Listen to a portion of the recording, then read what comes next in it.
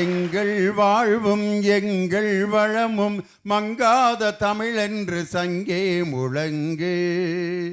எங்கள் பகைவர் எங்கோ மறைந்தார், இங்குள்ள தமிழர்கள் ஒன்றாதல் கண்டு பொங்கு தமிழர்க்கு இன்னல் விளைத்தால் சங்காரம் நிஜமென்று சங்கே முழங்கு. சங்கே முழங்கு, சங்கே முழங்கு, சங்கே முழங்கு.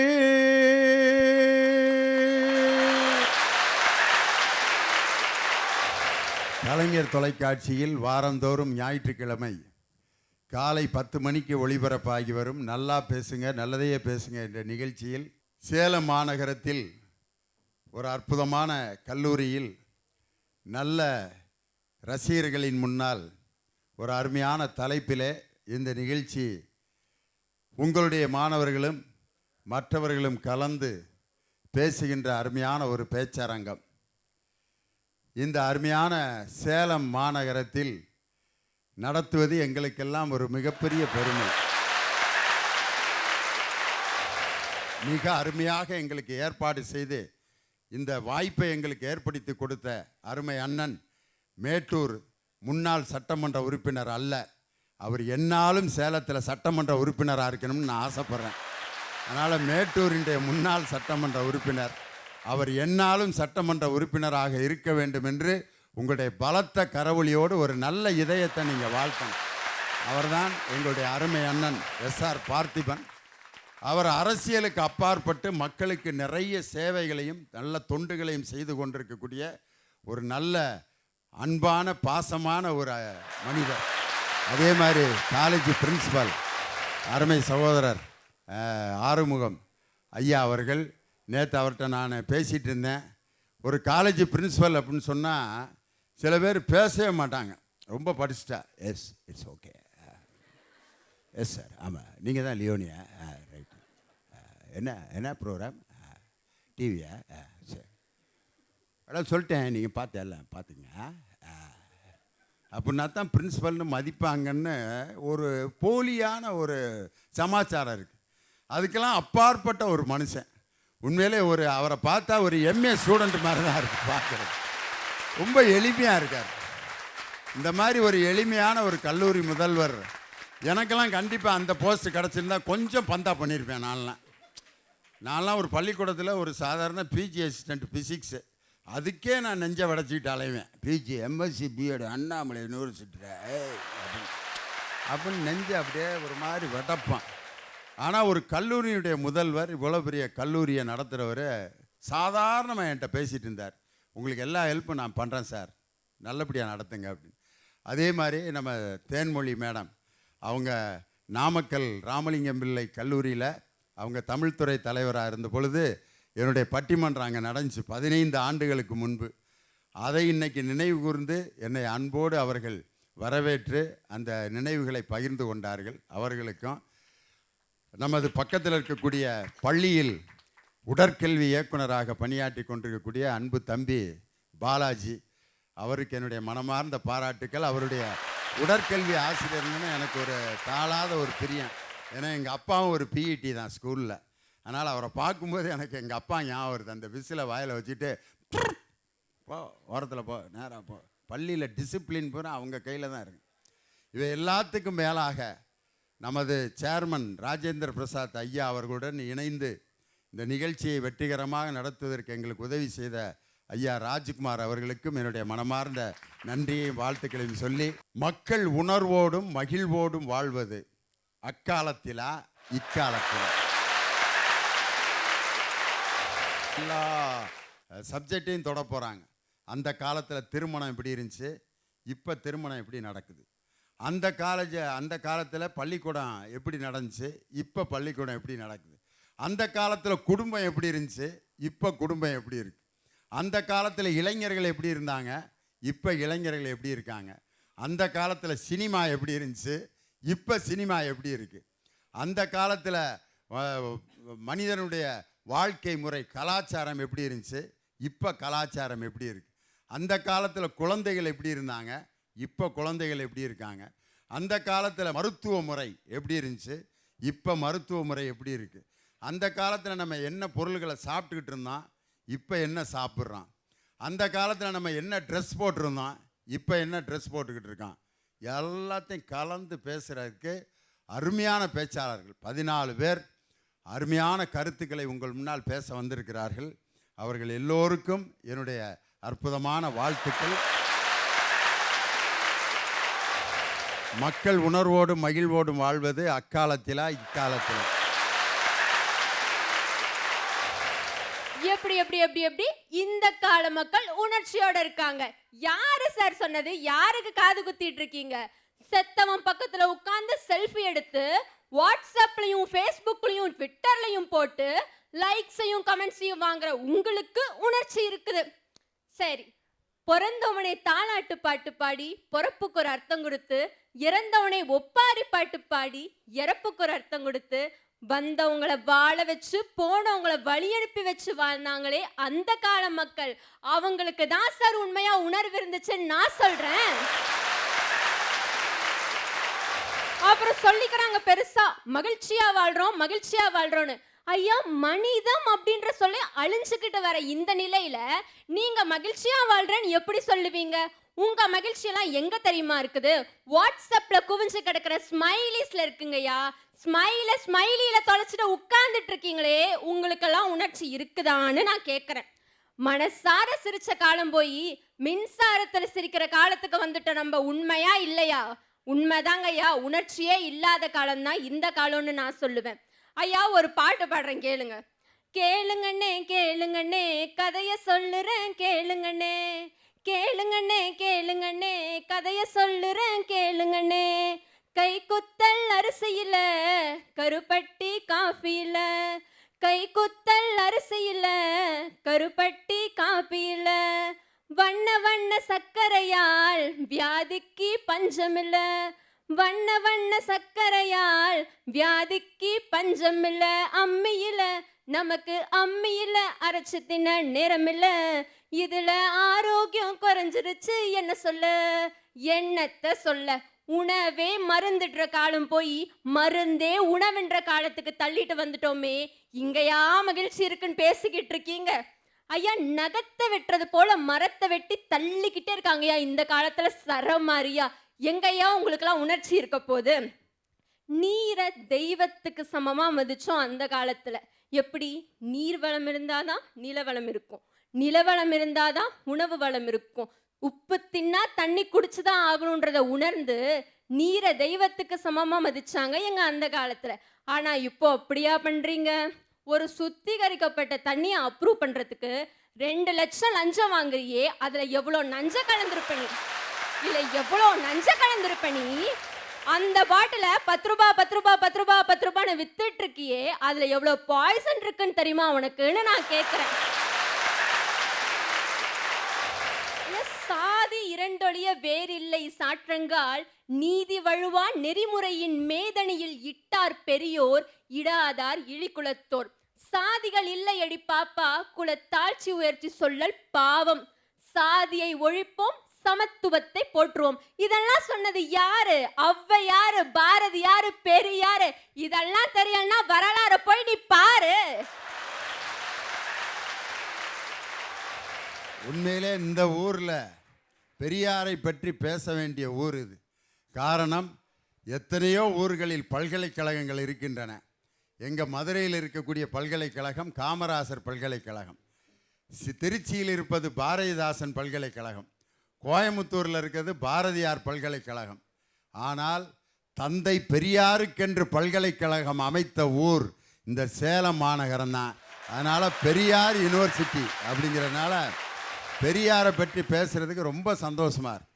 அதனால் பெரியார் உங்கள் ஊருக்கு பக்கத்தில் இருக்கக்கூடிய ஈரோட்டில் அவர் நகர்மன்ற தலைவராக இருந்தார். இந்த ஊரில் சேலத்தில் நகர்மன்ற தலைவராக இருந்தது மூதறிஞர் ராஜாஜி. 2 பேருமே கருத்தியலில் ரொம்ப வேறுபாடு உள்ளவங்க. ராஜாஜி கடவுள் நம்பிக்கை உள்ளவர், பெரியார் கடவுள் நம்பிக்கை இல்லாதவர். 2 பேரும் பக்கத்து பக்கத்து ஊரில் நகர்மன்ற தலைவராக இருந்தாங்க. கொள்கையில் வேறுபாடாக இருந்தாலும் 2 பேரும் காட்டிய அந்த நட்பு உலகத்தில் மிகப்பெரிய வரலாற்று சிறப்பு மிக்க நட்பு, கொள்கைக்கு மீறிய ஒரு நட்பு. காரணம், ராஜாஜி இறந்த பொழுது ஒரு சிறு குழந்தையைப் போல் தேம்பி தேம்பி அழுதவர் தான் நம்ம ஈரோட்டு பெரியார். அதனால் கொள்கைக்கு மாறாக நல்ல நட்பை இந்த உலகத்திற்கு அறிமுகப்படுத்திய தந்தை பெரியார். அவருடைய பெயரில் பல்கலைக்கழகம் சேலத்தில். ஐயா, ஆனா இந்த காலத்துல சாதின்ற பேர்ல ஆணவ கொலைகள் எத்தனை நடந்துட்டு இருக்குது. டெய்லி நியூஸ் பேப்பர் எடுத்து திறந்தாவே ஒவ்வொரு பக்கத்துக்கும் ஒவ்வொரு சாதி கொலை இருக்குதுங்க ஐயா. மானத்தை சாதியில ஒளிச்சு வச்சுட்டு வாழ்ற இந்த காலம் உணர்ச்சி நிரம்பியதுன்னு சொன்னா என்னால ஒத்துக்கவே முடியாதுங்க ஐயா. சகோதரி அந்த காலத்துல தான் உணர்வோடும் மகிழ்வோடும் நாங்க வாழ்ந்தாங்க அப்படின்னு சொல்லிட்டு பேசிட்டு உட்காந்துருக்காங்களே, அவங்கள பார்த்து ஒரே ஒரு கேள்வி தான் கேட்குறேன். நல்லா பேசுங்க, நல்லதையே பேசுங்க ப்ரோக்ராமு. இந்த இடத்துல நடக்கிற விஷயம் எப்படி உங்களுக்கு தெரியும்? புறாகரா ஏதாவது தூது வந்துச்சு? இல்ல போஸ்ட் கார்டு போட்டு உங்களை இங்கே பேச வர சொல்லியிருக்காங்கன்ட்டு டிசம்பர் மாதம் 1ஆம் தேதி கடிதம் போட்டு 3ஆம் தேதி கடிதத்தை நீங்கள் வாங்கி அதுக்கு பதில் போட்டு 5ஆம் தேதி நாங்கள் பார்த்து நீங்கள் வரலான்ட்டு 6ஆம் தேதி நாங்கள் பதில் போட்ட பிறகா பரப்பிட்டு வந்தீங்க. அந்த காலத்துல தான் மகிழ்ச்சியோடும் உணர்ச்சியோடும் வாழ்ந்தன்னு சொல்லிட்டு இருக்காங்க. இன்னைக்கு அந்த காலமேனு மகிழ்ச்சியா பேசிட்டு உட்காந்துருக்காங்களே, இவங்களுடைய மகிழ்ச்சிக்கு காரணம் என்னங்க? இந்த காலம் தானே. இந்த காலத்துல கண்டுபிடிச்ச ஃபோனுனால தானே இன்னைக்கு அவங்களுக்கு தகவல் போச்சு. இந்த இடத்துல சந்தோஷமா பேசிட்டு இருக்காங்க இல்லைங்களா? அவங்க சரி அந்த காலம் சொன்னாங்க. அந்த காலம் அப்படின்னு சொல்றதுனால வீட்டில் இருக்கக்கூடிய ஃப்ரிட்ஜு, வாஷிங் மிஷினு இது எல்லாத்தையும் தூக்கி எங்கிட்ட கொடுத்துட்டு அந்த காலத்து மாதிரியே வாழ்க்கையை வாழ்ந்துட்டு போங்க. ஏன்னா மகிழ்ச்சி அங்கே தானே இருக்குது. இப்போ எங்க மகிழ்ச்சி இருக்கு? தங்கமுத்து கேட்குறாரு கேள்வி.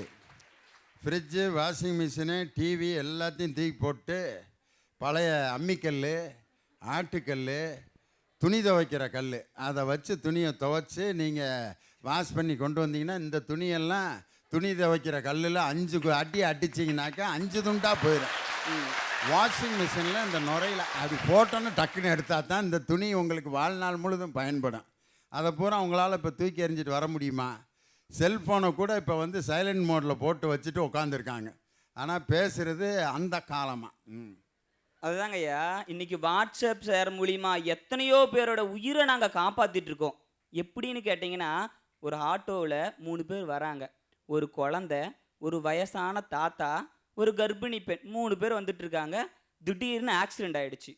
3 பேருக்கும் தலையில் அடிபட்டு ஹெவி பிளட் லாஸ். ஹாஸ்பிட்டலுக்கு கொண்டு போய் சேர்க்குறாங்க. அந்த பையனுக்கு ஏ பாசிட்டிவ், அந்த அம்மாவுக்கு ஏபி நெகட்டிவ், அந்த தாத்தாவுக்கு ஏபி பாசிட்டிவ். இந்த ரத்தம் இன்னும் 1 மணி நேரத்துக்குள்ளே வந்தால் தான் இவங்களுடைய உயிரை காப்பாற்ற முடியும் அப்படிங்கிற நிலைமை சொல்லும்போது, இந்த காலத்தில் இருக்கக்கூடிய எங்களுடைய இளைஞர்கள் வாட்ஸ்அப் மூலியமாகவும் ஃபேஸ்புக் மூலியமாகவும் இன்னைக்கு ட்விட்டர் மூலியமாக ஷேர் பண்ணி அடுத்த 1 மணி நேரத்துக்குள்ள அவங்களுடைய உயிரை காப்பாற்றுறோமே, இதுதாங்க சந்தோஷம், இதுதாங்க மகிழ்ச்சின்னு நான் சொல்கிறேன். ஐயா, திருச்சியில் பாரதிதாசன் பல்கலைக்கழகம்னு ஒன்று இருக்குது. அதோடைய சிறப்பு என்னன்னு பார்த்தோன்னா, வருஷம் ஒரு விருது கொடுக்குறாங்க. அந்த விருது என்னன்னா பெரியார் விருது. பெரியார்னாவே நினைவுக்கு வர்றது என்ன? தொண்டு செய்து பழுத்த பள்ளம், தூயதாடி மார்பில் விழும், மண்டை சுரப்பை உலகு தொழும், மன குகையில் சிறுத்த எழும் அவர்தான் பெரியார். அன்னைக்கு கெடுத்து வாழ்ந்தவர்களுக்கு மத்தியிலே தன்னை கொடுத்து வாழ்ந்தவர் தாங்கய்யா பெரியாரு. அவருடைய விருதை யாருக்கு தருவாங்கன்னா, நல்ல தொண்டுள்ளத்தோடு யார் இருக்கிறாங்களோ அவங்களுக்கு தான் கொடுப்பாங்க. 2012 அந்த விருதை வாங்கினது பிரியா என்கின்ற பெண்ணும் அல்ல, பாபு என்கின்ற ஆணும் அல்ல, பிரியா பாபு என்கின்ற 3ஆம் பாலினத்தை சேர்ந்த திருநங்கை அந்த விருதை வாங்கியிருக்காங்கன்னா, இது அந்த இனத்துக்கே கிடைச்ச வெற்றி இல்லையா? மகிழ்ச்சி இல்லையான்னு கேட்குறேன். ஆணாலையும் சாதிக்க முடியும், பெண்ணாலையும் சாதிக்க முடியும்ன்றதை கடந்து 2 ஆளும் சேர்ந்த திருநங்கைகளாலும் சாதிக்க முடியும்னு சாதிச்சு காட்டுறது இந்த காலம் தாங்கய்யா. அதைத்தானே நாங்கள் சந்தோஷம் சொல்கிறோம். அந்த காலத்தில் என்ன பண்ணீங்க? 9ங்க அரவாணிங்கன்னு சொல்லி கேவலப்படுத்தி ஒதுக்கி வச்சிங்க. இந்த காலத்தில் அவர்களுக்கு திருநங்கை என்ற பெயரை சூட்டி உங்களாலும் சாதிக்க முடியும்னு சொல்லி சாதிக்க வச்சு அழகு பார்க்கறது இந்த காலங்க. ஏதோ பேசிட்டு இருக்காங்க அந்த காலம் அந்த காலம்னு சொல்லிட்டு. ஐயா, அன்னைக்கு வந்து மாற்றுத்திறனாளி, அதாவது உடம்புல எதனா ஊனமாக இருந்துச்சுன்னா ஒரு மூலையில் முடங்கி தான் கிடக்கணும். அது பழமொழி வேற சொல்லுவாங்க, முடவன் கொம்பு தேனுக்கு ஆசைப்படக்கூடாது அப்படின்னு. ஆனால் இந்த காலத்தில் ஊனம் என்பது உடலுக்கு தானே, உள்ளத்திற்கு இல்லையே என்று இந்த சேலத்தை சார்ந்த மாரியப்பன் நிரூபிச்சு காட்டியிருக்கிறார் இல்லையா? யாரும் பாராத மாரியப்பன் பாரா ஒலிம்பிக்கில் வெற்றி பெற்று இந்த உலகத்தையே திரும்பி பார்க்க வச்சாரே, இதுதாங்க மகிழ்ச்சின்னு நான் சொல்றேன். மக்கள் மகிழ்ச்சியா இருந்தது இந்த காலமா அந்த காலமா? நான் வந்து ஆணித்தரமா சொல்ல வர்றேன், அந்த காலத்துல தான் மக்கள் மகிழ்ச்சியா இருந்தாங்க. சின்னஞ்சிறு கூட்டுக்குள்ள சொர்க்கம் இருக்கு, அட சின்ன சின்ன அன்பில் தானே சொர்க்கம் இன்னும் இருக்கு, பட்டாம்பூச்சி தூட்டத்துக்கு பட்டாயதுக்கு, அட பாசம் மட்டும் போதும் கண்ணே காசு பணம் என்னத்துக்கு. ஐயா, காசு பணம் என்னத்துக்கு, பாசம் மட்டும் போகும் அன்பு போதும்னு மகிழ்ச்சியா வாழ்ந்த அந்த காலத்தை பத்தி தாயா நான் பேச வந்திருக்கேன். 1 மணி நேரம் சுத்தி வர 1 ரூபா வாடகை சைக்கிள் கொடுக்குற சந்தோஷமும் மகிழ்ச்சியும் இந்த காலத்துல அவசர காலத்துல ஆடிக்கார்ல போனா கூட கிடைக்காதியா ஐயா? 25 பைசா காசு மிட்டாய் உள்ள 1 ரூபாயை பார்த்த சந்தோஷம் இன்னைக்கு எக்ஸாம் பேப்பர்ல 95 மார்க் வாங்கினா கூட அவனுக்கு அவ்வளோ பெரிய சந்தோஷம் வந்துடாதியா? அன்னைக்கு பூரா அவனுக்கு அது வந்து தங்க காசியா, எடுப்பான் வைப்பான் பார்ப்பான், தூங்கும் போதெல்லாம் பக்கத்திலேயே வச்சிருப்பான். ஐயா, கிராமத்தில் 5 பேர் போவான் சைக்கிளில், ஒரு சைக்கிளில். போலீஸ்காரர் கேட்பாரு, டேய் ஏடா 5 பேர் வர்றீங்க? இன்னும் ஒருத்தனை விட்டு வந்துட்டேன் சார், சாரி சார் அப்படிமா. காரணம் 5 பேர் அந்த சைக்கிளில், ஒரு வாடகை சைக்கிளில் மிதிச்சுக்கிட்டு அங்கேயும் சுற்றிக்கிட்டு இருப்பான் பாருங்க. அந்த சந்தோஷம் வந்து ஒரு பெரிய ஃபாரின் காரில் போகிறப்ப கூட ஏற்படாத ஒரு சந்தோஷம் அந்த காலத்து சைக்கிளில் போகிறதுல அவ்வளோ மகிழ்ச்சி. ஐயா, மாட்டு வண்டி பின்னாடி குண்டு பல்பு போல தொங்கிட்டு போன அனுபவம், மாட்டு வண்டிக்காரன்னு விரட்டி விரட்டி துரட்ட மீண்டும் மீண்டும் தொங்கி அனுபவம் இப்போ நினைச்சாலும் மகிழ்ச்சியை தருதியா? ஐயா, அம்மா கையால் 30 அடி வாங்கினாலும் 3 நிமிஷத்தில் மறந்து அவ முந்தானையில முகந்தொடிச்ச காலம் யாதி. 3 வாய் சோறு வாங்க 4-5 தெரு தூக்கி நடப்பாயா? 300 கதை சொல்லி தூங்க வைக்கும் தாத்தா பாட்டிய இப்ப நினைச்சாலும் மகிழ்ச்சியில மனம் நெகிழுதியா? இந்த காலத்துல ஒரு பொண்ணு சேலை கட்டி வர்றதை பார்க்கறதே அதிசயம்யா. கோயிலுக்கு போனா கூட கிடைக்காதியா. தாவணியை பார்க்கணும்னா தவம் கிடக்கணும் போல இருக்கு. ஏன் தம்பி இவ்வளவு வேதனையில் இருக்க நீங்க?